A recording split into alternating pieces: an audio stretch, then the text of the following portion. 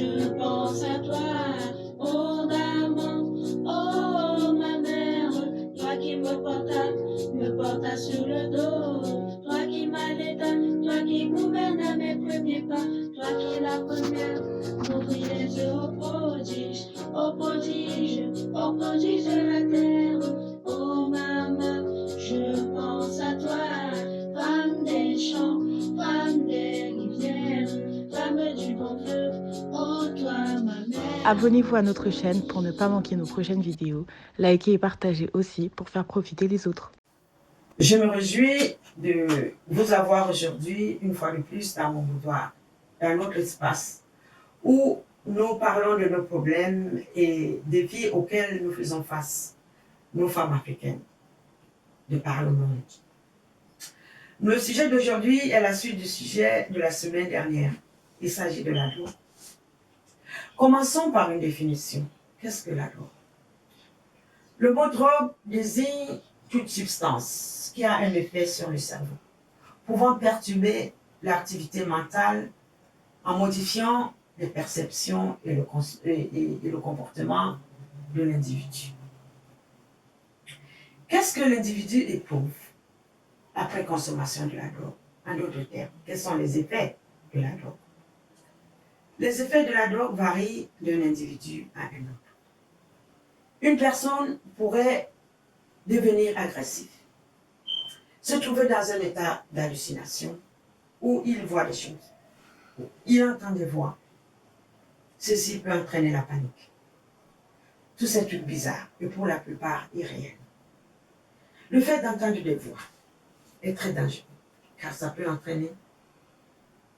conduire au meurtre, au suicide ou une mort accidentelle de l'individu car l'énergie qu'il dépense peut engendrer un état d'épuisement total et entraîner sa propre mort. Chez un autre individu, la drogue peut plutôt avoir un effet stimulateur.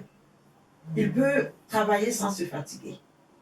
C'est cet effet que recherchent les sportifs de haute compétition, mais aussi les amateurs. C'est ce qu'on appelle le dopage. Il y a certains qui vont me dire que ce n'est pas la même chose. Mais qu'est-ce que le dopage?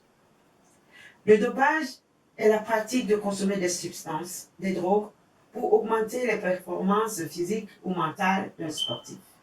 La ligne de démarcation entre la drogue et le dopage est très mince. L'un est formellement interdit, l'autre interdit, pas interdit. On peut dire sa consommation est contrôlée. Pour moi, les deux peuvent entraîner la mort du consommateur, donc à éviter.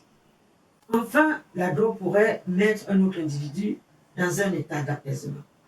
Il est alors indifférent aux douleurs que peut provoquer son corps, indifférent aux problèmes de sommeil qu'il peut avoir. Il peut sombrer dans un état dépressif. Tout ce qui l'importe est de sortir du monde réel, de fuir la réalité quotidienne pour ne pas y faire face. Et seule la drogue peut lui procurer cette demande, et c'est là où s'installe la dépendance. Car cet effet de soulagement qu'apporte la drogue n'est qu'une simple illusion. Et dès qu'on revient à la réalité, on a envie d'y retourner rapidement. On pourrait citer en vrac d'autres effets néfastes de la drogue tels que la perte de la mémoire, les problèmes cardiovasculaires, les maux de tête, le vomissement, l'isolement, l'échec professionnel, échec scolaire, marginalisation, haine envers la société, risque de contracter les maladies sexuellement transmissibles et risque de mort subite. Comment se protéger de la drogue?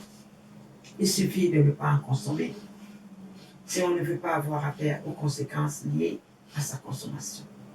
Cependant, le seul moyen de quitter le monde de la drogue, si on y est déjà, est d'intégrer un centre de désintoxication, chose rare en Afrique. Qu'est-ce qui pousse nos enfants, ou qu'est-ce qui pousserait nos enfants à consommer de la drogue? Les raisons qui poussent les jeunes dans la drogue sont multiples.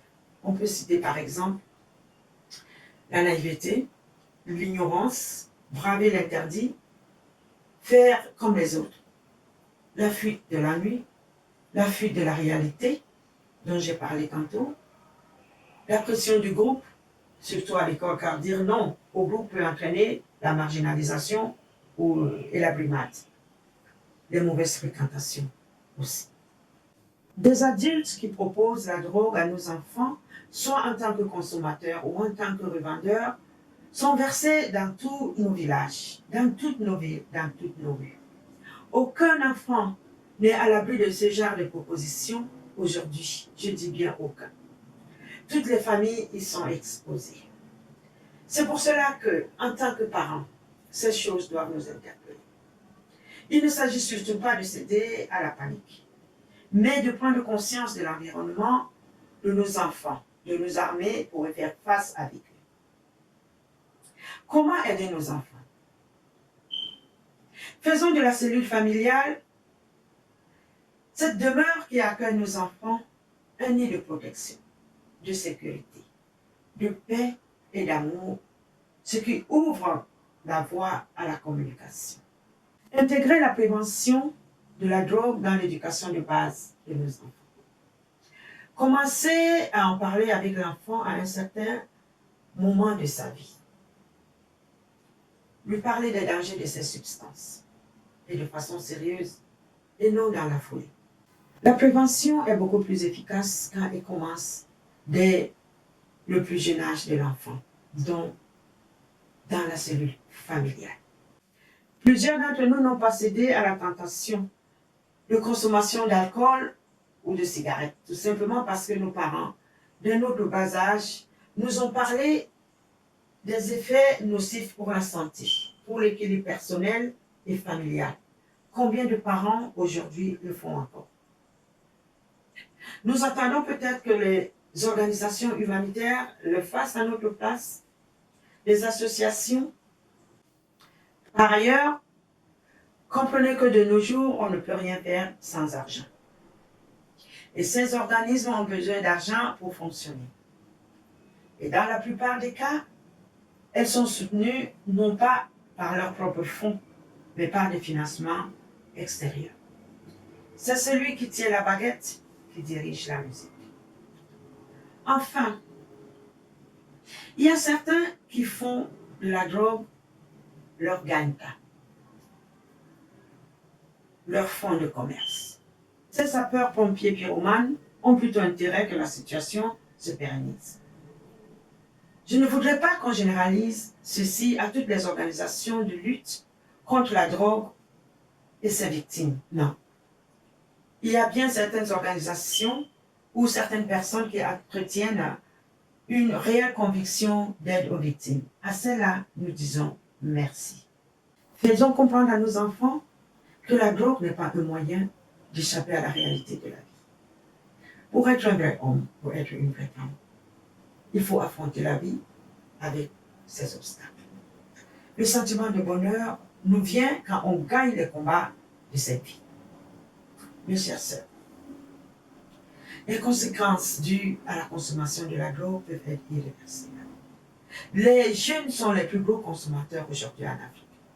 Et les pays africains ne disposent pas de moyens logistiques suffisants, ni de structures spécialisées dans le traitement et le suivi de la toxicomanie. Ceux qui en souffrent ne peuvent donc pas prétendre à un réel traitement. Ne faisons pas de notre cher et beau continent, l'Afrique, un asile de fou. Je vous remercie.